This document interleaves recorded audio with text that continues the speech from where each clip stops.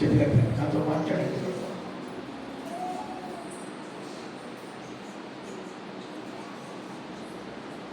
నాతో మాట్లాడండి, నాతో మాట్లాడండి. పరిశుద్ధమైన తండ్రి, ఈ సన్నిధికై వందనాలు చెల్లిస్తున్నాను. ఈ వాక్యము ద్వారా మా అందరితో ప్రాణాత్మ దేహాలను అప్పగించుకుంటూ నీ వాక్యము వెల్లడి ఎగుట తోడనే వెలుగు కలిగెను. నీ బిడ్డల జీవితాల్లో ఏదైనా కలుగజేసేది నీ వాక్యం. నీ వాక్యము ద్వారా మా అందరితో మాట్లాడాలి. బలహీనుడను నీ సేవకుడను ఆత్మతో అభిషేకించి ప్రతి మాట బిడ్డల్ని కట్టేదిగా ఉండనుగాక. యేసునామములో ప్రార్థించి వాక్య సందేశాన్ని ప్రారంభిస్తున్నాము తండ్రి. చేతులెత్తి ఆమె చెప్పండి. ఆమె చక్కగా కూర్చున్నాం. పిల్లగా దేవునికి మహిమకరంగా 5, 6, 7 తారీఖుల్లో నందలపూర్లో సభలు జరిగినాయి. మరి ఆఖరి రోజు సంఘబెట్టి చాలా మంది వచ్చారు. మరి దేవుడు సభలను ఆశ్రయంగా జరిగించారు. ప్రభు ఆయన సేవకులు నేను కూడా అపరిచర్లు ఒక పాత్రగా వాడుతున్నారు. వీళ్ళరా మీరందరూ కూడా ఈ వారంలో కొన్ని స్థలాల్లో మీటింగ్స్ ఉన్నాయి. రేపు పగలు, రేపు రాత్రి. రేపు పగలేమో నాగులపాడు దగ్గర ముప్పాళ్ళని ప్రాంతంలో రేపు పగలు వాక్యం బోధించాలి మీటింగ్లో. రేపు రాత్రి పచ్చుల దగ్గర లూథరన్ సంఘము 2వ వార్షికోత్సవంలో వాక్యాన్ని బోధించాలి. మరలా ఎల్లుండి పగలు మళ్ళా ముప్పాడ వెళ్ళాలి. ఎల్లుండి పగలు, ఎల్లుండి రాత్రి ముప్పాడలో. ఇలా ఈ ముప్పాడ కదండి, ఇక్కడ గందుకుల పక్కన ముప్పాడ కాదు, నాగులపాడు దగ్గర ఒక ముప్పాడ. అక్కడ ప్రతి సంవత్సరము తమడు మీటింగ్స్ని ఆహ్వానిస్తూ ఉంటాడు. చాలా పెద్ద సభలు. సో అక్కడ పిల్లరా మరి 2 పగళ్ళు, ఒక రాత్రి ఉండాలి అక్కడ. మరి ఈ రేపు రాత్రికి పచ్చు. మళ్ళీ 13, 14 ఇక్కడ మనకి భాష స్థానం చేస్తుంది. ప్రార్థన చేయండి. ఇలాగా మరి ఈ నెలలో మళ్ళీ 23, 24 తారీఖుల్లో గద్దెలూరు మా బైబిల్ కాలేజ్. ఇలాగా మీరందరూ కూడా ప్రాంతంలో మా ప్రయాణాలకు, ఆరోగ్యాలకు, ఆత్మీయ బిడ్డలు మీరు నిత్యము జ్ఞాపకం చేసుకుంటున్నారని దైవజనుడిగా నేను నమ్ముతున్నాను.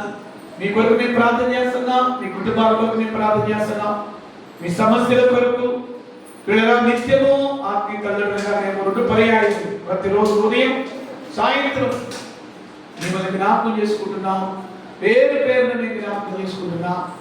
ఇంకా మీకు ఏమైనా అర్జెంట్ ప్రేయర్ రిక్వెస్ట్లు ఏమైనా ఉంటే మాకు ఫోన్ చేసి, ఆత్మీయ తల్లి గారికి కానీ మాకు కానీ ఫోన్ చేసి మీ అవసరాలు చెప్పి, మీ సమస్యలు చెప్పి మరి ప్రార్థన కోరుకోవాల్సిందిగా నేను కోరుతున్నా. పిల్లగా మరి ఈ నెలలో జరిగే సభల కొరకు మీరు అందరి ప్రాంతాల్లో జ్ఞాపకం చేసుకోవాలని దైవజనుడిగా నేను మీకు జ్ఞాపకం చేస్తున్నాను. వచ్చే వారంలో మనం తిరిగి 2వ సంవత్సరం బైబిల్ ట్రైనింగ్ కొరకు వెళ్తున్నాడు. మరి ప్రస్తుతమైతే సండే కానీ శనివారం కానీ బయలుదేరుతాడు. వీళ్ళ ప్రయాణం కొరకు, ఆరోగ్యం కొరకు తన అవసరాలన్నీ ప్రభు తీర్చబడినట్లు మీ అందరి ప్రాంతాల్లో మీరు జ్ఞాపకం చేసుకోవాల్సిందిగా ఆత్మీయ తండ్రిగా నేను మనం చేస్తున్నాను. చేతులెత్తి స్తోత్రం చెప్పండి. హల్లెలూయా, హల్లెలూయా. రైట్. దేవుని వాక్యములో ఈరోజు నేను మీకు 139వ కీర్తనలో తెరవండి.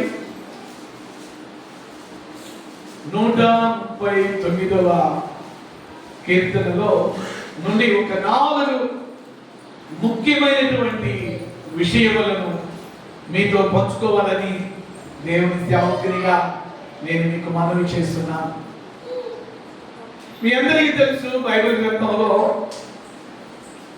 చాలా మంది భక్తులు దేవునితో నడిచిన వారు ఉన్నారు. ఎందుకు వారికి దేవుడు భక్తులు అంటారని దేవుడు ఎందుకు పేరు పెట్టాడు అంటే, ఇతరులలో లేని మంచి మంచి గుణ లక్షణాలు వారిలో ఉన్నాయి. మనం ఎలాగైతే ఫలానా వ్యక్తి మంచోడండి, ఫలానా సిస్టర్ మంచిదండి, ఫలానా బ్రదర్ మంచోడండి అని మనం ఎలాగైతే చెప్పగలుగుతామో, ఎందుకు మంచోడు మంచిదని చెప్తున్నాం, ఎందుకు చెడ్డోడు చెడ్డదని చెప్తున్నాం అంటే వారిలో కొన్ని మంచి లక్షణాలు ఉన్నాయి కాబట్టి మంచోడు అని చెప్తున్నాం. అదే రీతిగా వారిలో కొన్ని చెడ్డ లక్షణాలు ఉన్నాయి కాబట్టి వాడు చెడ్డోడు, ఆయన చెడ్డది అని చెప్పగలుగుతున్నాం. అలాగే బైబిల్ గ్రంథాన్ని మీరు బాగా జాగ్రత్తగా పరిశీలన చేస్తే దేవుడు కొంతమందిని చూసినప్పుడు వారి జీవితాన్ని చూసి దేవుడు ముచ్చటపడ్డాడట. వారి జీవితాన్ని చూసి దేవుడు మురిసిపోయాడట. దేవా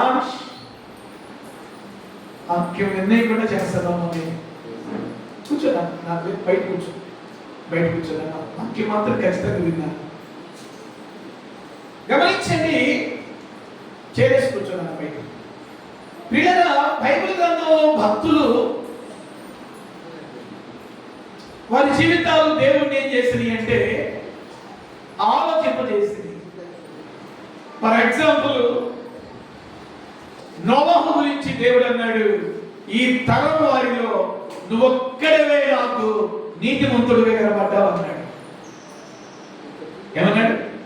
నీవొక్కడవే నాకు నీతిమంతుడుగా కనబడ్డావు అన్నాడు.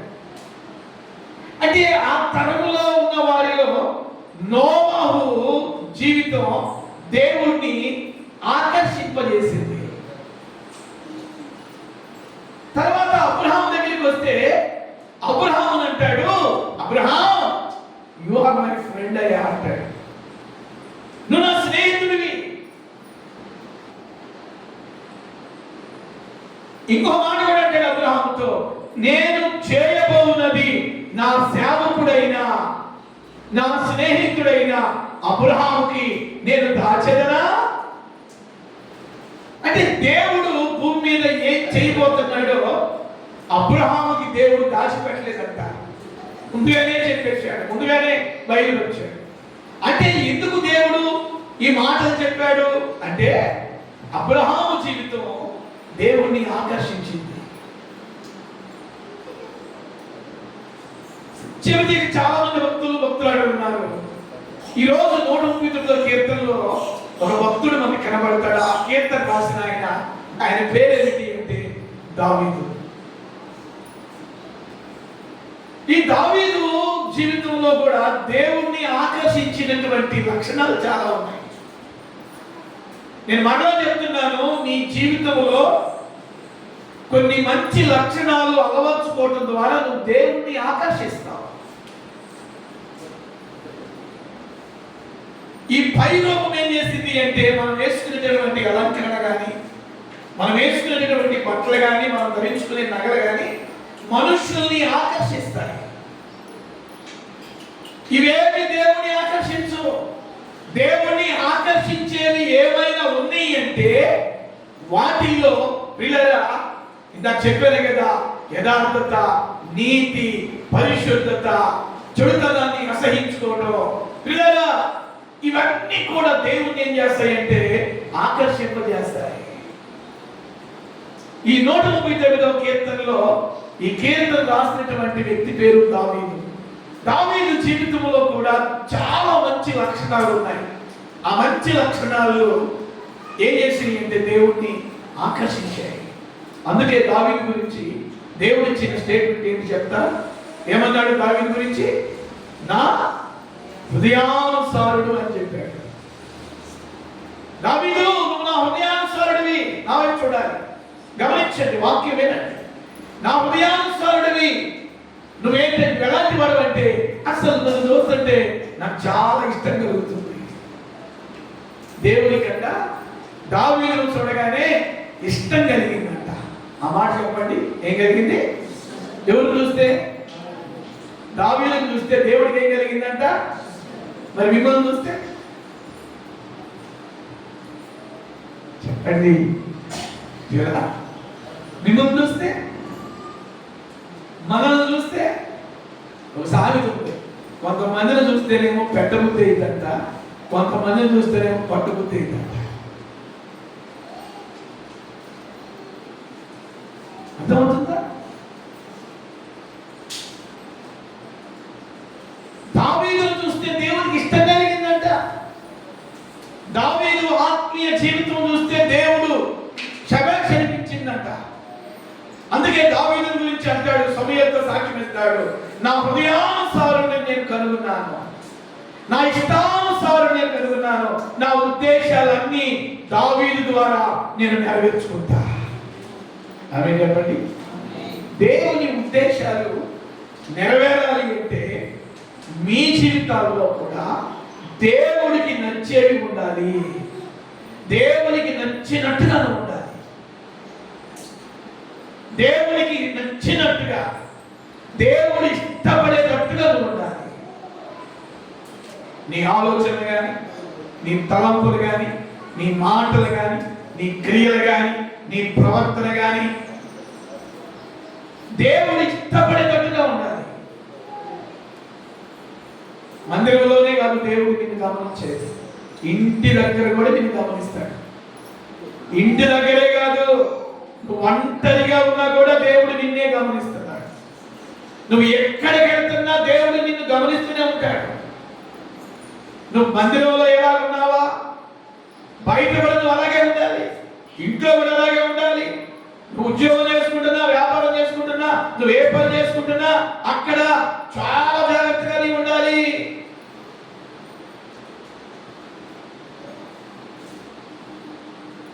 చాలా జాగ్రత్తగా మీరు వాక్యం వింటున్నారు, చాలా సంతోషం. దేవుణ్ణి ఆకర్షించిన భక్తి దావీదులో ఉంది. ఈ 139వ కీర్తనలో ఒక 4 ప్రాముఖ్యమైన విషయాలు చెప్తున్నాడు. చాలా సీరియస్ గా మీరు తీసుకోవాలి. మొదటి విషయం ఏమంటున్నాడో చూద్దాం. 139వ కీర్తన 1, 2, 3 వచనాలు చదవండి. Can you read someone? యెహోవా, నీవు నన్ను పరిశోధించి తెలుసుకొని ఉన్నావు. నేను కూర్చుండుట, నేను లేచుట నీకు తెలియను. నాకు తలంపు పుట్టక మునిపే నీవు నా మనస్సు గ్రహించి ఉన్నావు. ఎంత స్టేట్మెంట్ అండి! నా నడకను, నా పడకను నీవు పరిశీలన చేయించున్నావు. నా చర్యలన్నిటినీ నీవు బాగుగా తెలుసుకొని ఉన్నావు. ఈ మాటలు ఏం చెప్తున్నారండి? ఒక మాటలో చెప్పాలంటే ఈ 139వ కీర్తన ప్రార్థనా కీర్తన. It's a prayer song. ప్రార్థనా కీర్తనలో 4 అద్భుతమైన విషయాలు చెప్తున్నాడండి.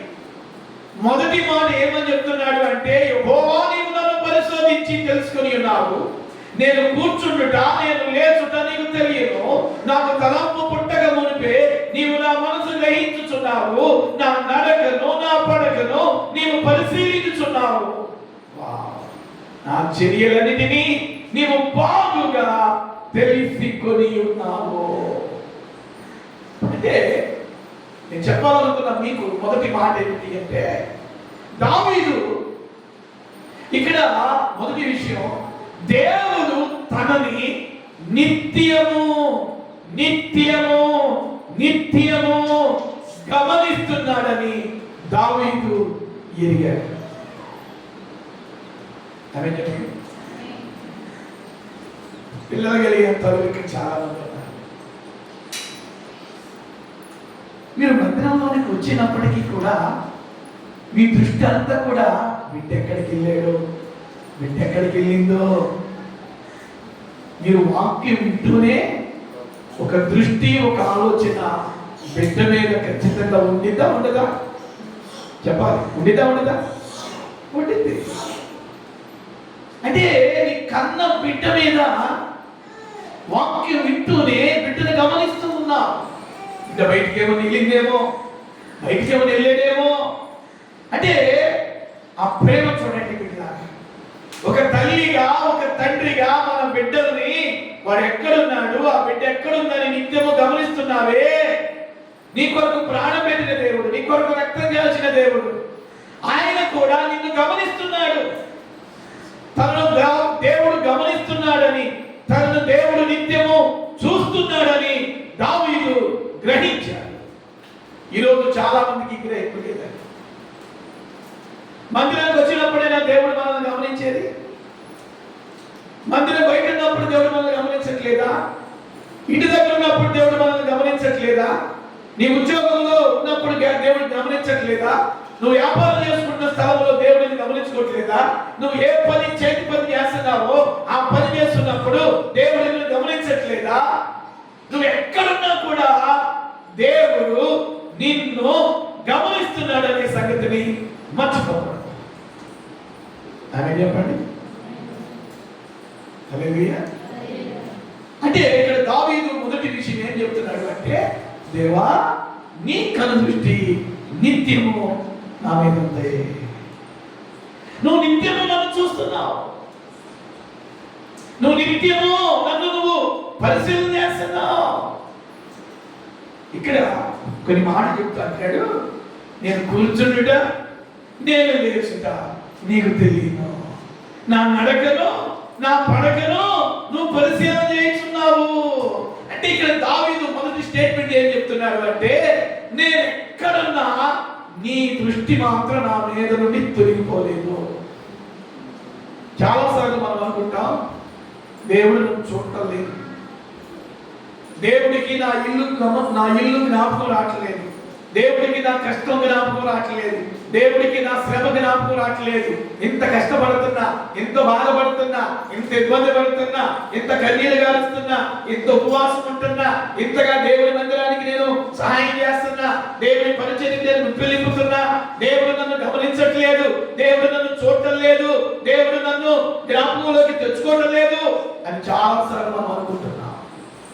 నేను ఇంత ప్రార్థన చేస్తాను కదా, దేవుడు నన్ను చూడటం లేదే. ఇది నీ ఆలోచన. నేను ఇంత ఉపవాసం ఉన్నా దేవుడు నన్ను చూడటం లేదే, ఇది నీ భ్రమ.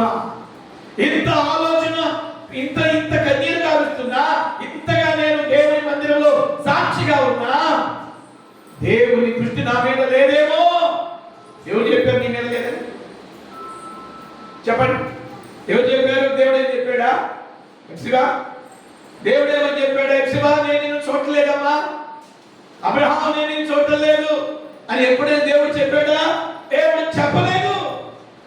కానీ నీకున్న శ్రమ, నీకున్న కష్టం, నీకున్న బాధ, నీకున్న అనారోగ్యము, నీకున్న అప్పులు, నీకున్న ప్రతికూల పరిస్థితులు నిన్ను అలా ఆలోచింపజేస్తున్నాయి. దేవుడు చూడటం లేదేమో, దేవుడు చూడలేదు. కొంతమందికి ప్రార్థన చేసిన తర్వాత ఒక అనుమానం, ఇప్పుడు చేసిన ప్రార్థన అస్సలు దేవుడు వినుంటాడా? అర్థమవుతుందా? వినుంటాడా?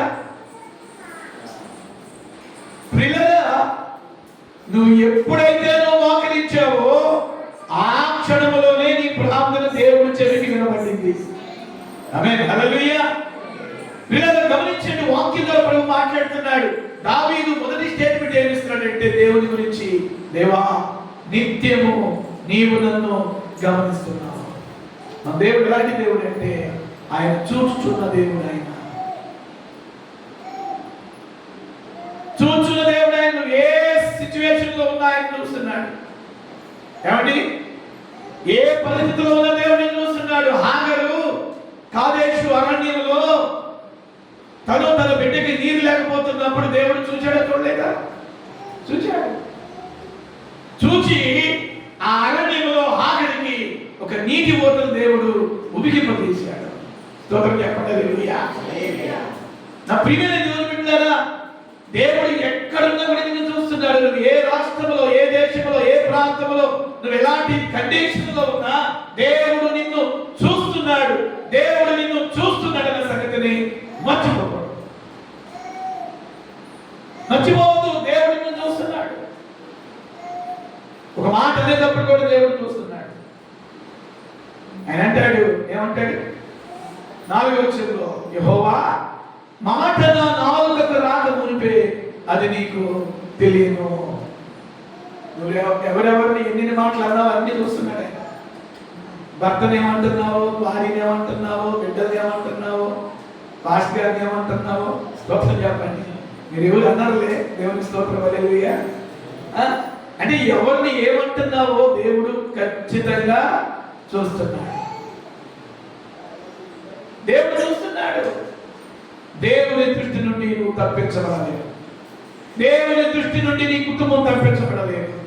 దేవుని దృష్టి నుండి మనం ఎన్నడూ తప్పిపడలేము. ఈ లైవ్ లో కూడా ఎందరో దేవుడు వాక్యాన్ని వీక్షిస్తున్నారు. దేవుడు నిన్ను గమనిస్తున్నాడు. దేవుడు నిన్ను చూస్తున్నాడు. దేవుడు నిన్ను గమనిస్తున్నాడు. దేవుడు నిన్ను చూస్తున్నాడు. ఆ స్పర్శతో నువ్వు భక్తి చేయాలి. దేవుడు నిత్యము నన్ను గమనిస్తున్నాడనే భయం, దేవుడు నిజంగా నన్ను చూస్తున్నాడు అనేటటువంటి ఆ స్పర్శ. స్పర్శ అనండి, స్పర్శ స్పర్శ స్పర్శ. శరీరాన్ని గిచ్చగానే నొప్పి పుట్టింది. దాని అర్థం ఏంటి? స్పర్శ ఉంది. పక్షవాతం కలిగిన వాళ్ళకి గిచ్చిన నొప్పడు. ఎందుకంటే ఆ వచ్చినటువంటి ఆ యొక్క పక్షవాయువు ఆ శరీరం అంతా మొద్దుబారిపోయింది. కాలు కానీ చెయ్యికి కానీ గిచ్చితే స్పర్శ తెలియదు. దాని అర్థం ఏంటి? అక్కడ బ్లడ్ సర్క్యులేషన్ ఆగిపోయింది, రక్త ప్రసరణ ఆగిపోయింది. పిల్లగా దేవుడు నిన్ను చూస్తున్నాడనే స్పర్శ నీకు ఉండాలి. నువ్వు ఇంట్లో పని చేసుకుంటున్నా, ఉద్యోగం చేసుకుంటున్నా, వ్యాపారం చేసుకుంటున్నా, ప్రయాణం చేస్తున్నా, దేవుడు నిన్ను చూస్తున్నాడు. దేవుడు నిన్ను చూస్తున్నాడు. ఆ గ్రహింపు దావీదుకుంది, మీకుందా? వింటున్నారా? దావీదుకుందా గ్రహింపు? దేవుడు నన్ను చూస్తున్నాడు. అందుకని ఆయన అంటాడు, నా నడకను, ఆ మాట చెప్పండి, నా నడకను నువ్వు చూస్తున్నావు, నా పడకను కూడా నువ్వు చూస్తున్నావు. అర్థమవుతుందా? నీ నడకను చూస్తున్నాడు. నువ్వు ఏ మార్గంలో వెళ్తున్నావు? నువ్వు టీవీ దగ్గర కూర్చున్నావా, సినిమాల దగ్గర కూర్చున్నావా, సీరియల్ దగ్గర కూర్చున్నావా? నువ్వు ఎక్కడ కూర్చున్నాయని చూస్తున్నాడు. అక్కడ కూర్చుంటే ఆయన దుఃఖపడతాడు, ఆయన సన్నిధిలో కూర్చుంటే సంతోషపడతాడు. దావీదు అంటున్నాడు, దేవా నా నడకను నువ్వు చూస్తున్నావు, నా పడక నా పడక నా పడక నా పడకను కూడా, నా బెడ్ను కూడా నువ్వు చూస్తున్నావు. అంటే దేవుడు ఎప్పుడు కూడా తన బిడ్డల్ని చూస్తున్నాడు అన్న సంగతి మర్చిపోకూడదు. ఆ స్పర్శ మనం కలిగి ఉండాలి. కొంతమంది చూడండి, మందిరంలో ఎంత భక్తిగా ఉంటారో, మందిరంలో ఎంత భక్తిగా ఉంటారో, కాస్త గేటు దాటగానే ఆలోచనలు మారిపోతాయి, చూపులు మారిపోతాయి, వినికిడి మారిపోయింది, మాటలు మారిపోతాయి. నేను అంటాను, మందిరంలో ఉన్నంతసేపేనా నీ భక్తి? మందిరంలో ఉన్నంతసేపేనా దేవుడు చూస్తుంది? మందిరం బయట కూడా దేవుడి దృష్టి నీ మీద ఉందన్న సంగతి మర్చిపోవద్దు. నువ్వు ఎక్కడున్నా కూడా దేవుని కను దృష్టి నిన్ను వెంబడిస్తుందన్న విషయాన్ని నువ్వెన్నడూ కూడా మర్చిపోకూడదు. మొదటి స్టేట్మెంట్ ఏమిస్తున్నాడంటే, దేవుని దృష్టి గురించి మాట్లాడుతూ దావీదు అంటున్నాడు, అయ్యా నీవు నన్ను గమనిస్తున్నావు, నీవు నన్ను చూస్తున్నావు, నువ్వు నాకు నా జీవితం నీకు కనబడుతుంది. పిల్లరా, మీరెవరు మోసపోవద్దు. దేవుడు మిమ్మల్ని చూస్తున్నాడు. దేవుడు మీ ఆలోచనలు చూస్తున్నాడు. దేవుడు మీ తలంపులు చూస్తున్నాడు. దేవుడు మీ హృదయాన్ని చూస్తున్నాడు. దేవుడు మీ ప్రవర్తన చూస్తున్నాడు. దేవుడికి స్తోత్రం చెప్పండి. హల్లెలూయా. దేవుడు మీ కన్నీటిని చూస్తున్నాడు. దేవుడు మీ దుఃఖాన్ని చూస్తున్నాడు. దేవుడు మీ ఏడుపును చూస్తున్నాడు. దేవుడు మీ బాధను, కష్టాన్ని కూడా ఆయన చూస్తున్నాడు. మీ ప్రవర్తనతో పాటు మీ బాధను, మీ దుఃఖాన్ని కూడా దేవుడు చూస్తూ ఉన్నాడు అన్న సంగతిని నేను జ్ఞాపకం చేస్తున్నాను. ఫస్ట్ స్టేట్మెంట్ ఏంటంటే 39వ కీర్తనలో, ఈ 109వ కీర్తనలో దేవుడు తనను గమనిస్తున్నాడు అన్న విషయాన్ని దావీదు స్టేట్మెంట్ ఇస్తున్నాడు. రెండో మాట ఏం చెబుతున్నాడో చూద్దాం. 7వ వచనం చూడండి. నీ ఆత్మ యొద్ద నుండి నేనెక్కడికి పోదును? నీ సన్నిధి నుండి నేనెక్కడికి పారిపోదును? నేను ఆకాశముకెక్కినను, నీవు అక్కడ ఉన్నావు. నేను పాతాళమందు పండుకొనినను, నీవు అక్కడను ఉన్నావు. ఎంతో వచ్చిన నేను వేకువ రెక్కలు కట్టుకొని సముద్ర దిగంతములో నివసించినను, అక్కడను నీ చెయ్యి నన్ను నడిపించును, నీ కుడి చెయ్యి నన్ను పట్టుకును. సో మొదటి స్టేట్మెంట్ ఏమని చెప్తున్నాడు? దేవా, నువ్వు నన్ను గమనిస్తున్నావు, నువ్వు నన్ను గమనిస్తున్నావు, నువ్వు నన్ను చూస్తున్నావు. రెండవ స్టేట్మెంట్ ఏమిస్తున్నాడు అంటే, దేవుడు అన్ని స్థలములలో తన చేతిని ఉంచాడు అన్న సంగతిని జ్ఞాపకం చేస్తున్నాడు. తన చేతిని అన్ని స్థలములలో ఉంచాడు. ఆ మాట చెప్పండి. తన చేతిని అన్ని స్థలములలో చాచే దేవుడు ఆయన. చెప్పండి. రెండో మాట ఏమని చెప్తున్నాడంటే, దేవా, నీవు నీ చేతితో నాకు సహాయం చేస్తావు. నువ్వు అన్ని స్థలాల్లో ఉన్నా ప్రజలకు నువ్వు సహాయం చేస్తావు. ఏ పల్లెలో ఉన్నా, ఏ పట్టణంలో ఉన్నా, ఏ రాష్ట్రంలో ఉన్నా, ఏ దేశంలో ఉన్నా నువ్వు అక్కడ ఉంటావు. అన్ని స్థలాలలో నువ్వు వ్యాపించిన దేవుడవు. అన్ని స్థలాలలో నువ్వు సహాయం చేసే దేవుడవు. స్తోత్రం చెప్పండి. హల్లెలూయా, హల్లెలూయా. నా ప్రియమైన దేవుడు, ఇక్కడ రెండో మాట గురించి ఆలోచన చేస్తే, దేవుడు తన బిడ్డలమైన మనకి అన్ని స్థలాలలో మనకి సహాయం చేసే దేవుడు అండి. నువ్వు ఏ స్థలంలో ఉన్నా నీకు ఆయన సహాయం చేస్తాడు. ఆమేన్ చెప్పండి. ఆమేన్, హల్లెలూయా. ఎవరికైనా ఆయన సహాయం చేస్తాడు. ఆయన తన కుడి చేతిని చాపుతాడు. ఆయన చాలా పర్యాయములు దేవుడు ఒకే స్థలంలో ఉంటాడు అని అనుకుంటామా? నో, ఆయన సర్వాంతర్యామి. సర్వాంతర్యామి అని చెప్పండి. దేవుడు సర్వాంతర్యామి అంటే అన్ని స్థలములలో అన్ని సమయాల్లో ఉండగలిగిన వాడు. ఆమేన్, హల్లెలూయా. ప్రపంచం అంతా కూడా ఆయన కదలికలు ఉన్నాయి. ప్రపంచం అంతటిలో ఆయన తిరగలిగిన దేవుడు. ఆయన సర్వాంతర్యామి. ఆ మాట పలకండి, సర్వాంతర్యామి. సర్వాంతర్యామి. ఒక్క స్థలంలో ఉండే దేవుడు కాదు ఆయన, అన్ని స్థలాల్లో ఉంటాడు ఆయన. సైతానుడికి దేవునికి ఉన్న వ్యత్యాసం ఏంటంటే, సైతానుడు అన్ని స్థలాల్లో ఒకే సమయంలో ఉండలేడు. కానీ దేవుడు మాత్రం అన్ని స్థలాల్లో అన్ని సమయాల్లో ఒకే సమయంలో ఉండే దేవుడు ఆయన. అవేనండి, హల్లెలూయా. అందుకే దావీదు అంటాడు, అయ్యా, అసలు నీ దగ్గర నేను ఎక్కడికి పోతాను? నేను ఆకాశానికి వెళ్ళినా అక్కడ నువ్వు ఉంటావు. సరే, పాతాళానికి వెళ్ళినా అక్కడ నువ్వు ఉంటావు. సముద్రంలో దిగిపోయినా అక్కడ నీవు ఉంటావు. ఒక మాటలో చెప్పాలి అంటే, దావీదు ఇస్తున్న రెండవ స్టేట్మెంట్ ఏంటంటే, నీకు నేను మొలుగై ఉండను. స్తోత్రం చెప్పండి. హల్లెలూయా. అది మాత్రమే కాదు, ఈ మాటలో, ఈ స్టేట్మెంట్లో రెండవ మాట నేను చెప్తాను. దావీదుకి దేవుని చేతి వలన సహాయం కలిగిందని దావీదుకు బాగా తెలుసు. చూడండి ఏమంటాడు ఇక్కడ, 9వ వచనం, అక్కడ నీ చెయ్యి నన్ను నడిపించును, నీ కుడి చెయ్యి నన్ను పట్టుకును. స్తోత్రం చెప్పండి. హల్లెలూయా. నా వైపు చూడండి. ఇక్కడ దావీదు దేవుడు గురించి ఇస్తున్న రెండవ స్టేట్మెంట్, దేవా, నీ చేతితో నన్ను పట్టుకున్నావు. ఆమేనండి, ఆమేన్. ఇప్పుడు నువ్వు ఎవరి చేతిలో ఉన్నావు చెప్పండి? మనం ఎవరి చేతిలో ఉన్నావు? ఎవరి చేతి? దేవుని చేతిలోనా, అప్ప చేతిలోనా? అంతే. యోహాను సువార్త 10వ అధ్యాయంలో ప్రకటించాడు, మీరు నా చేతిలో ఉన్నారు, నా చేతిలో ఉన్న మిమ్ములను దుష్టుడు అపహరించాడు. ఆమేన్, హల్లెలూయా. నా వైపు చూడండి. ఎవరి చేతిలో ఉన్నావు నీవు? ఎవరు చేయండి? దేవుని చేతిలో ఉన్నావు. నీ భర్త దేవుని చేతిలో ఉన్నాడు, నీ భార్య దేవుని చేతిలో ఉంది, నీ బిడ్డలు దేవుని చేతిలో ఉన్నారు, మీ సేవకులు దేవుని చేతిలో ఉన్నారు, నీ కుటుంబం దేవుని చేతిలో ఉంది. దేవుడు పట్టుకున్నాడు. ఆమేన్ చెప్పండి. హల్లెలూయా. దావీదు స్టేట్మెంట్ ఏంటి? దేవా, నీ కుడి చేతితో నువ్వు నన్ను పట్టుకున్నావు. ఏం చేస్తున్నాడు? ఏం చేశాడంటే దేవుడు దావీదుని పట్టుకున్నాడంట.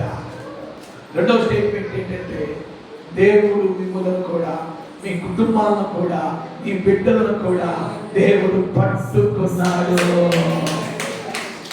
హల్లెలూయా. మరి ఎందుకు భయపడుతున్నావు? దేవుడు పట్టుకుంటే నీ బిడ్డను పట్టుకున్నాడు దేవుడు, నీ భర్తను పట్టుకున్నాడు దేవుడు, నీ పిల్లలను పట్టుకున్నాడు, నిన్నే పట్టుకున్నాడు. తన కుడి చేతితో నిన్ను నా దేవుడు పట్టుకున్నాడు. ఆయన పట్టులో ఉన్నా. ఆమేన్. హల్లెలూయా. ఆయన పట్టులో ఉన్నా. ఆయనను పట్టుకున్నాడు. నువ్వెన్నడు ఓడిపోవు, పడిపోవు. నిన్నెవ్వరు కూడా ఆయన చేతిలో నుండి నిన్ను లాగలేరు. దేవుని స్తోత్రం. హల్లెలూయా. హల్లెలూయా. నువ్వు ఆయన చేతిలో ఉన్నావు. చేయని చెప్పండి, నేను నా దేవుని చేతిలో ఉన్నాను. నన్ను నా దేవుడు పట్టుకొని ఉన్నాడు. నన్ను, నా కుటుంబాన్ని, నా బిడ్డలను నా దేవుడు పట్టుకొని ఉన్నాడు. ఆమేన్. నా వైపు ఎవరు పట్టుకున్నారు మిమ్మల్ని? మనల్ని ఎవరు పట్టుకున్నారు? హల్లెలూయా. ఆయన పట్టు నుండి ఎవరైనా ఆయన గుప్పిలు ఎవరైనా నింపగలుగుతారా? హల్లెలూయా. మనిషి గుప్పిలనైతే ఇవ్వగలుగుతారు, కానీ ఆయన పట్టు నుండి ఎవరు కూడా నిన్ను తప్పించలేదు. దేవుని స్తోత్రం చెప్పండి. హల్లెలూయా. దావీదు ఈ స్టేట్మెంట్ ఇవ్వడంలో ఇంకొక అర్థం ఉంది. అదేంటంటే తనని దేవుడు అన్ని స్థలాల్లో కూడా తనకి దేవుడు తన చేతి ద్వారా సహాయాన్ని పంపుతున్నాడని చెప్పుకోవచ్చు. తన చేతి ద్వారా దావీదుని సంరక్షిస్తున్నాడు, కాపాడుతున్నాడని కూడా మనం చెప్పుకోవచ్చు. ఆమేన్. మిమ్మల్ని కూడా దేవుడు కాపాడుతాడు, సంరక్షిస్తాడు, భద్రపరుస్తాడు. ఏమంటున్నాడు ఇక్కడ? నీ కుడి చెయ్యి నన్ను పట్టుకును. ఎక్కడికి వెళ్ళినా నీ కుడి చెయ్యి నన్ను పట్టుకునేది. ఎన్ని ప్రయాణాలు, మీరు నమ్ముతారు లేదో,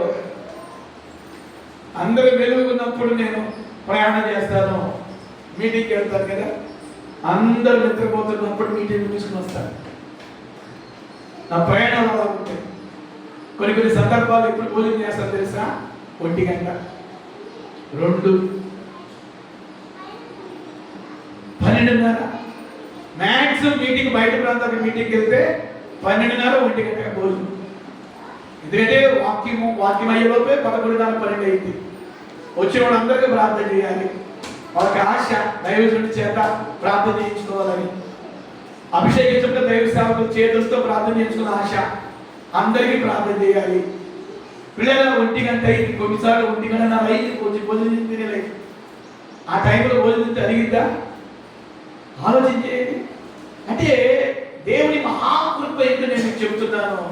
పిల్లల కొన్ని సందర్భాల్లో ఆ మీటింగ్ ముగించుకుని వచ్చేటప్పుడు అందరూ నిద్రపోతూ ఉంటారు. నాతో వచ్చిన డ్రైవర్లు కూడా, కొంతమంది పాస్టర్లు వస్తూ ఉంటారు నాతో, కొంతమంది బయట దేవుడు నమ్ముకునే డ్రైవర్లు ఉన్నారు, వాళ్ళని తీసుకెళ్తుంటారు. వాడు వచ్చేటప్పుడు నిజంగా వాళ్ళ స్టెప్పులు చూడాలి. ఒకవైపు నిద్ర, పిల్లల కళ్ళు మూసుకుపోతూ ఉంటాయి, డ్రైవ్ చేస్తూ ఉంటారు. మూసుకుపోతూ ఉండింది, డ్రైవ్ చేస్తూ ఉంటారు. కొన్ని సందర్భాల్లో బండి ఆ యొక్క కారు పిల్లల ఆ రోడ్లో క్రాస్ అవుతూ ఉండి, సైడ్ అవుతూ ఉండింది, తగ్గిపోతూ ఉండింది. నిజంగా దేవుని చెయ్యి లేకపోతే ఇన్ని ప్రయాణాలు చేయటం కష్టం కదా. మిడ్ నైట్, తెల్లవారుజామున ఇన్ని ప్రయాణాల్లో కూడా పిల్లరా క్షేమాన్ని దేవుడు ఇస్తున్నాడు అంటే ఆయన చెయ్యి పట్టుకున్నాడు. ఆమె చెప్పండి హల్లెలూయా. హల్లెలూయా. చెయ్యి పట్టుకుని నడిపిస్తున్నాడు. ఈరోజు దైవజనుడు నేను ప్రవచనం చెప్తున్నాను. మీ చెయ్యి పట్టుకున్న దేవుడు నడిపిస్తున్నాడు. నీ కుటుంబాన్ని చెయ్యి పట్టుకుని నడిపిస్తున్నాడు. నీ పిల్లల్ని చెయ్యి పట్టుకుని నడిపిస్తున్నాడు. మనుషులకి చెయ్యి వదులుతారు, వింటున్నారా? మనుషులు చెయ్యి వదులుతారు. ఎప్పుడు చెయ్యి వదులుతారు? వాళ్ళకి నచ్చకపోతే చెయ్యి వదిలేస్తారు. వాళ్ళకి కష్టం అనిపిస్తే చేయలేస్తారు. భర్త భార్యను వదిలేసింది, భార్య భర్తను వదిలేస్తాడు. తల్లిదండ్రులు పిల్లలను వదిలేస్తారు, పిల్లలు తల్లిదండ్రులు వదిలేస్తారు. పిల్లల స్నేహితులు వదిలేస్తారు. ఇది మనుషుల్లో ఉన్నటువంటి స్థితి. కానీ నీ కొరకు ప్రాణం పెట్టిన దేవుడు, నీ కొరకు రక్తం కాచిన దేవుడు, మరణించి 3వ దినమున సజీవుడిగా లేచిన దేవుడు, ఆయన ఒక్కసారి నీ చెయ్యి పట్టుకున్న తర్వాత ఆయన ఎన్నడూ చెయ్యిని వదిలిపెట్టే దేవుడు కాదు కాదు కాదు కాదు కాదు. మీ బిడ్డలు ఎక్కడున్నా మీ బిడ్డలకు దేవుని చెయ్యి తోడుగా ఉంటుంది. నీ భర్త ఎక్కడున్నా నీ భర్తకి దేవుని చెయ్యి తోడుగా ఉంటుంది. నీ కడుపును పుట్టిన కుమారులు కుమార్తెలు ఎక్కడ చదువుతున్నా, ఎక్కడ ప్రయాణం చేస్తున్నా దేవుని చెయ్యి వారికి తోడుగా ఉంటుంది. వారి గురించి నువ్వు దిగులు పడాల్సిన పని లేదు, వారి గురించి నువ్వు కృంగిపోవాల్సిన పని లేదు, వారి గురించి నువ్వు భయపడాల్సిన పని లేదు. ఎందుకంటే దేవుని చెయ్యి వారిని పట్టుకుంది. దేవునికి స్తోత్రం. హల్లెలూయా. దేవుని చెయ్యి అన్ని పట్టుకుంది. భయపడాల్సిన పని లేదు. పాస్టర్ గారు మీటింగ్ ముగించుకుని తన టీంతో కారులో బయలుదేరాడు. 2 గంటల టైంలో ఆ కారు 120 మీద ఉంది, 120 మీద ఫాస్ట్లో ఉంది. ఆ రోడ్డులో ఒక వంతెన దాటాలి, జాగ్రత్తగా దాటాలి. ఆ వంతెన దాటాలి. ఆ వంతెన మీద కూడా ఈ డ్రైవర్ ఏం చేస్తాడంటే నిద్రమత్తుతో 120 వెళ్తా ఉన్నాడు. అది ఒక్క వాహనమే వెళ్ళటానికి ఆ స్పేస్ ఉంది. ఒక్కసారిగా 2 వాహనాలు పక్కకి వెళ్ళలేదు. ఒకళ్ళు వెళ్తే ఒకళ్ళు ఆగాలి, ఒకళ్ళు వస్తే ఒకళ్ళు వెళ్ళిపోవాలి, ఒకళ్ళు ఆగితే ఒకళ్ళు వెళ్ళిపోవాలి. ఈ పాస్టర్ గారు ప్రయాణం చేస్తున్నటువంటి కారు, పాస్టర్ గారు ఏమో ఫ్రంట్ సీట్లో నిద్రపోతున్నారు, టీం అంతా నిద్రపోతున్నారు, డ్రైవర్ ఒక్కడే చదువుకున్నారు. 130 మీద ఉన్నటువంటి ఆ కారు ఎదురు ఒక వాహనం వస్తుంది, దాన్ని చూడలేదు. వాడు ఆల్రెడీ ఆ వంతెన దాటేశాడు. ఆ వంతెన దాటేస్తే వాడు ఆ లైట్స్ ని ఎన్నో విధాలుగా ఆఫ్ ఆన్ చేస్తున్నా కూడా ఇది గమనించలేదు. 10 అడుగుల దూరంలో ఇక డాష్ ఇస్తాడు అని యాక్సిడెంట్ చేస్తాడు అని అనుకుంటున్నానే 10 అడుగుల దూరంలో ఉన్న పాస్టర్ గారికి వచ్చింది. దీన్ని కంట్రోల్ చేయలేకపోయాడు డ్రైవర్ కారుని. ఆ ఎదుటి వ్యక్తి ఆగాడు, ఈ వ్యక్తి కంట్రోల్ చేయలేకపోయాడు. పాస్టర్ గారు ప్రయాణిస్తున్న కారు వ్యక్తి సడన్ గా పాస్టర్ గారు యేసయ్యా అని కేకేశాడు. యేసయ్యా అని కేకేయగానే ఇలాగ మీరు నమ్ముతారు లేదో, ఒక వాహనం సరిపడ్డ స్పేస్, ఆ స్థలం ఉన్నటువంటి ఆ బ్రిడ్జి ఇలా స్ప్రెడ్ అవుతా ఉంది. చప్పటి హల్లెలూయా హల్లెలూయా. ఒక్క వాహనంకే రావడానికి సరిపడి ఉంది. ఆ దారి దైవజనుడిని కాపాడటానికి, దైవజనుడు టీముని కాపాడటానికి దేవుడు ఏం చేశాడంటే ఆ ఇరుగ్గా ఉన్న వంతెన్ని విశాలంగా మార్చాడు. నిన్ను కాపాడటానికి దేన్నైనా దేవుడు చేయగలడు. కొంచెం గట్టిగా చెప్పండి ఆమేన్. ఆమేన్. నీ పిల్లల్ని, నిన్ను, నీ కుటుంబాన్ని, నీ సేవకులను కాపాడటానికి ఎంత అద్భుతమునైనా నా దేవుడు చెయ్యగలిగిన సమర్థుడు. అందుకే వాక్యం చెప్తుంది, ఇశ్రాయేలును కాపాడువాడు కునుకడు. ఆయన ఒక్కసారి మనకలాగా ఒక్కసారి అట్లేస్తే ఏమైపోయింది. అందుకే ఆయన అన్నాడు, తల్లి తన బిడ్డను మర్చినేమో నేనెన్నడు నిన్ను మరువను.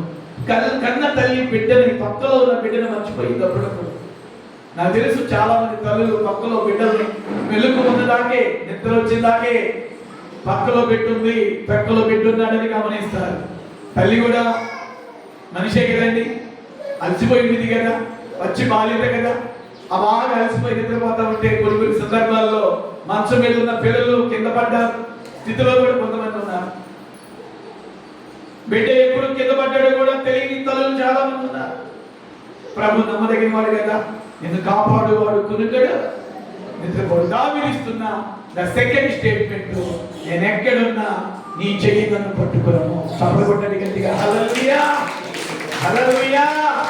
నువ్వు అన్ని స్థలాల్లో ఉంటావు, అన్ని దేశాల్లో ఉంటావు, ఒకే సమయంలో అన్ని స్థలాల్లో నువ్వు సర్వాంతర్యామి అయ్యా, నువ్వు సర్వాంతర్యామి దేవుడు నాయనా. అన్ని స్థలాల్లో నువ్వు ఉండి నీ చేతితో నన్ను పట్టుకునే దేవుడు. బిడ్డారా, నిజంగా చెప్తున్నాను, దేవుడు నీ చెయ్యి పట్టుకుంటాడు, నీ కుటుంబం చెయ్యి పట్టుకున్నాడు. దేవునికి స్తోత్రం చెప్పండి, హల్లెలూయా. మూడవ స్టేట్మెంట్ ఏమి ఇస్తున్నాడో చూద్దాం. చూడండి, పరిశుద్ధ గ్రంథంలో నుండి 139వ కీర్తన, 139వ కీర్తన 13-14 వచ్చిన, నా అంతరింద్రియములను నీవే కలుగజేసితివి, నా తల్లి గర్భమందు నన్ను నిర్మించిన వాడము నీవే. నీవు నన్ను కలుగజేసిన విధము చూడగా భయమును ఆశ్చర్యమును నాకు పుట్టుచున్నది. స్తోత్రం చెప్పండి, హల్లెలూయా. ఈ చదువుకున్న వాక్యములో దావీదు తన జననాన్ని గురించి ఆశ్చర్యపోతున్నాడు. మనిషి ఎంత ఖరీదైన వాడో మీరు తెలుసుకోవాలి. నీ కంటి ఆ కనుగుడ్డు ఖరీదు 3 లక్షలు అంట. నీ కనుగుడ్డు ఖరీదు 3 లక్షలు అంట. ఒక కిడ్నీ ఖరీదు 7 లక్షలు.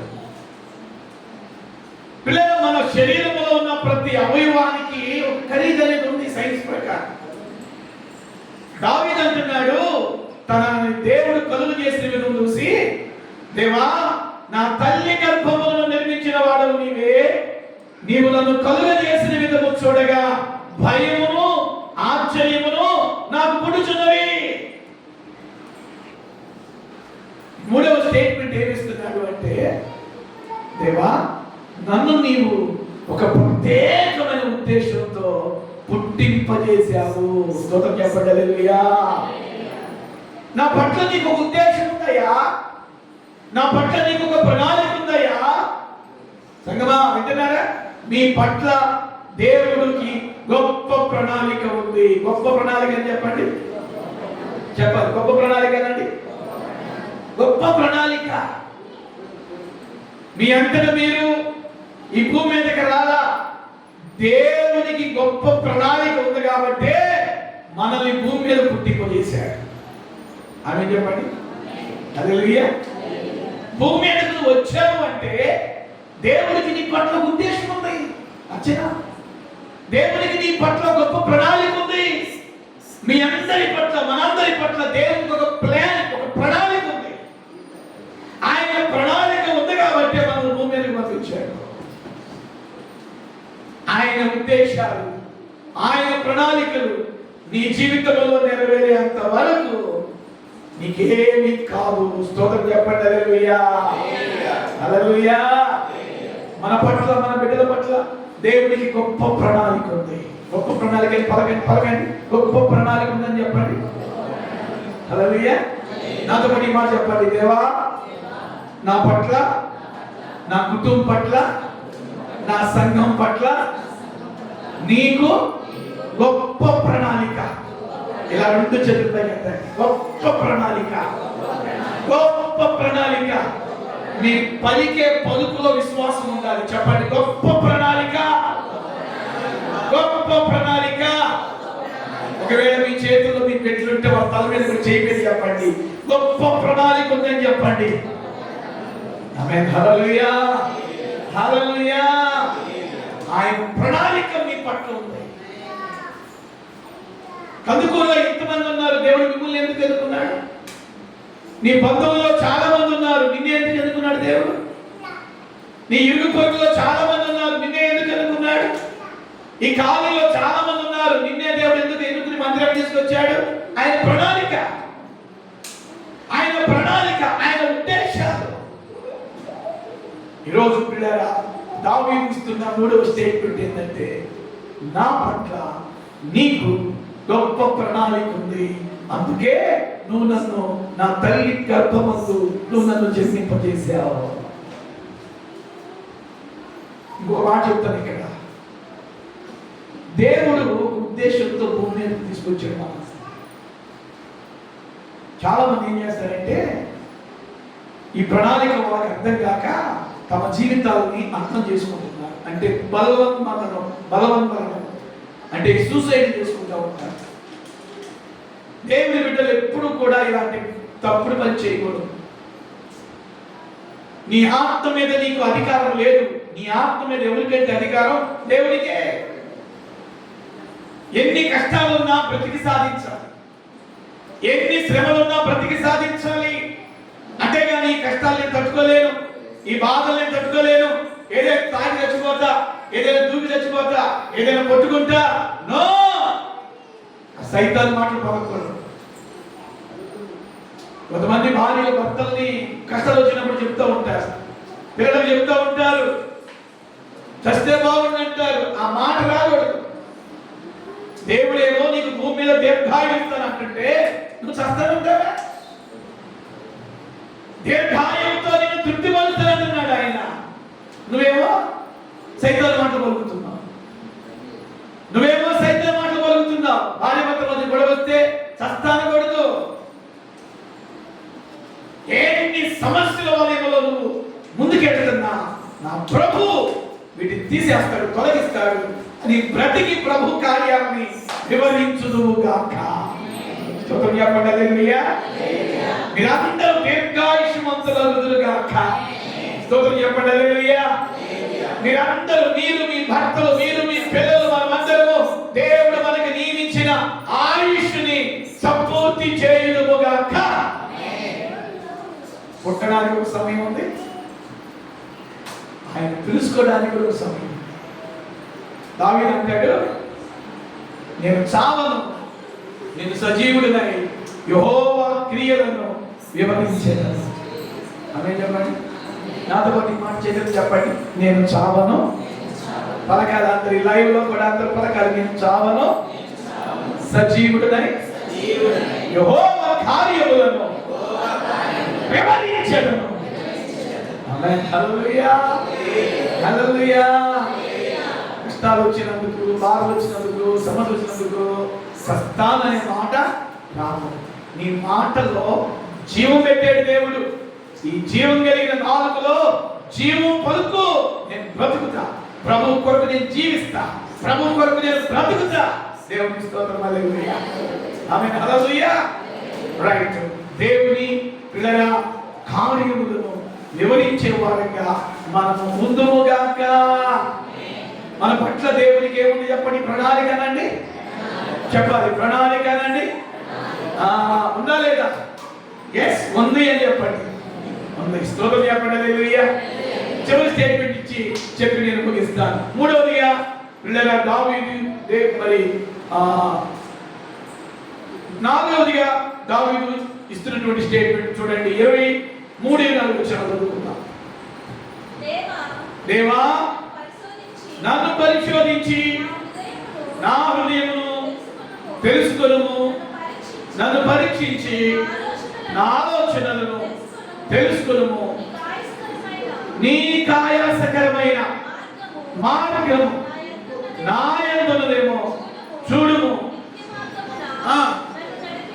దేవునికి స్తోత్రం చెప్పండి, చేతులెత్తి చెప్పండి. హల్లెలూయా. ఈ 139వ కీర్తనలో 4 స్టేట్మెంట్లు దేవుడి గురించి ఇస్తున్నాడు దావీదు. మొదటి స్టేట్మెంట్, దేవుడు తనను గమనిస్తున్నాడు, చూస్తున్నాడు అని స్టేట్మెంట్ ఇచ్చాడు. రెండవ స్టేట్మెంట్ ఏమిటంటే దేవుడు అన్ని స్థలాల్లో తన చెయ్యి పట్టుకుని నడిపిస్తాడు అని స్టేట్మెంట్ ఇస్తున్నాడు. మూడవ స్టేట్మెంట్ ఏమి ఇస్తున్నాడంటే తన పట్ల దేవుడు గొప్ప ప్రణాళికలు, ఉద్దేశాలు కలిగి ఉన్నాడని స్టేట్మెంట్ ఇస్తున్నాడు. ద ఫోర్త్ స్టేట్మెంట్ ఏమి ఇస్తున్నాడంటే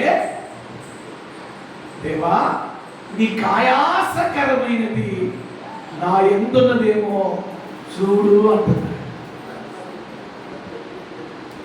నన్ను పరిశోధించి పరీక్షించి నా హృదయాన్ని తెలుసుకోను, నా ఆలోచనలు తెలుసుకో. ఎంత మంచి మాట దేవుడు చెప్తున్నాడు. అయ్యా నేను ఎలాంటి వాడు నీకు తెలీదా? ముగింపులకు వచ్చాను. నేను ఎలాంటి వాడు నీకు తెలీదా? అసలు ఈ దావీదు అనేవాడు ఎలాంటి వాడు నీకు తెలియదా? అప్పుడప్పుడు ఇంట్లో ఏదైనా సమస్య వచ్చినప్పుడు నేను ఎలాంటి వాడు నా దేవుడు తెలుసులే, నీకు తెలియకపోయినా దేవుడికి తెలుసులే అనే డైలాగ్ మనం కొడుతూ ఉంటాం. మనుషులకు తెలియకపోయినా దేవునికి తెలుసు నేను ఎలాంటి వాడినో. ఇక్కడ దావీదు అంటాడు, దేవా అసలు నేను ఎలాంటి వ్యక్తినో నీకు తెలుసు కదా, నా హృదయాన్ని తెలుసు, నా హృదయంలో నీకు ఆయాస్కరమని ఏది కనబడదు, నా హృదయంలో నువ్వు నొచ్చుకునేది ఏది కనబడదు, నా హృదయంలో నువ్వు బాధపడేది ఏది కనబడదు, నా కళ్ళల్లో నీకు ఇష్టం లేదు ఏది కనబడదు, నా మనసులో నా తలపుల్లో నీకు బాధలు కలిగించేది ఏది కనబడదు. నా హృదయాన్ని తెలుసుకో, నా ఆలోచనలు తెలుసుకో అంటూ అంటున్నాడు. నీకు ఆయాసకరమైంది, నా హృదయంలో ఏమైనా ఉంటే తొలగించయ్యా, నిత్య జీవంలో మార్గంలోకి నన్ను నడిపించు. ఈ మాటలు ఎలా చెప్పగలుగుతున్నాడు దావీదు?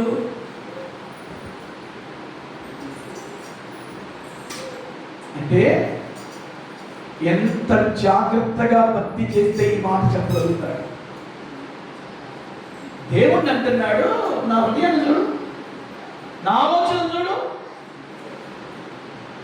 ఒకవేళ చూస్తే నీకు ఆయాసకరమైంది, ఈ మాటకి అర్థం ఏంటంటే నీకు ఆయాసకరమైందంటే నీకు నచ్చంది, నువ్వు ఇష్టపడింది, నీకు కోపాన్ని పుట్టించేది, నీకు దుఃఖాన్ని కలిగించేది ఏదైనా నాలో ఉంటే తొలగించయ్యా, తొలగించి నిత్య జీవ మార్గం అయిన పరలోక మార్గంలో నడిపించుకుంటున్నాడు. ఈ స్టేట్మెంట్ ఇవ్వడానికి 4వ కారణం చెప్తాను. 4వదిగా దావీదు ఏం చెప్తున్నాడంటే తను తాను దేవుడికి అప్పగించుకుంటున్నాడు. చూడండి, బైబిల్ మూసినావే చూడండి, తను తాను దేవుడికి అప్పగించుకుంటున్నాడు, అప్పగించుకుంటున్నాడు, అప్పగించుకుంటున్నాడు. నీ సంగతి ఏంటి? మన సంగతి ఏంటి? దేవుడికి అప్పగించుకుంటున్నామా? ప్రభు బలం తీసుకున్నప్పుడే ఎంత ప్రాధాన్యతమో, అంటే ప్రభు బలం తీసుకున్నప్పుడు ఉన్న భక్తి మిగిలిన ఆదివారాలు ఏమవుతుంది? ప్రభు బలం తీసుకునేటప్పుడు ఉన్న నిష్ఠ ప్రతిష్టత మిగిలిన ఆదివారాల్లో ఏమైపోతుంది? ప్రభు బలం తీసుకునేటప్పుడు ఉన్నంత ఆ అప్పగింపు మిగిలిన దినాల్లో నువ్వు దేవునికి అప్పగించుకోగలుగుతున్నావా?